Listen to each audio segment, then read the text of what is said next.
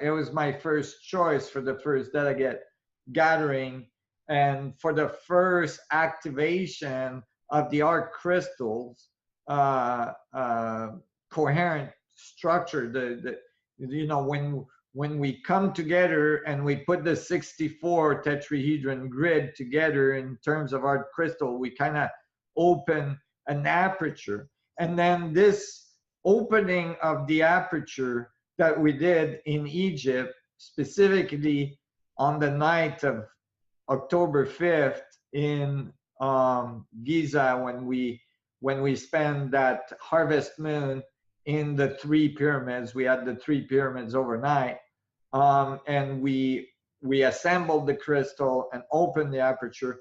This was actually recorded.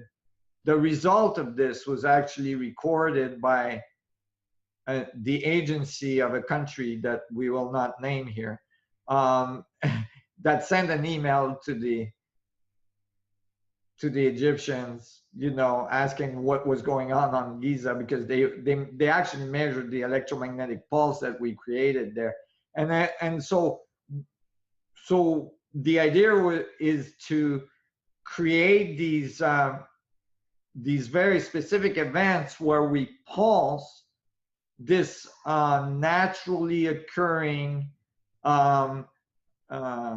electromagnetic and magnetic flux of the planet itself. And we pulse it with very specific energy dynamics and very specific intention to create a higher level of coherency, higher level of awareness, and so on. And you know, incidentally, a few weeks after we left Egypt, they announced that they had found a new chamber in the Grand Pyramid of Giza, and so on. There was a bunch of events that came along.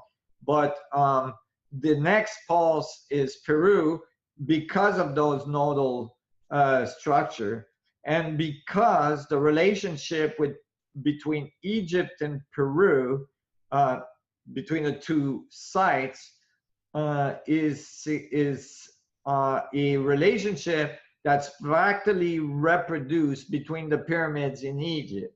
That is the Orion constellation mapping on the structure of the planet. And so you have Egypt, Peru, and the third star. Well, you know, I'm not gonna say, but you guys will have to figure it out on the map, because that'll be where we go next year.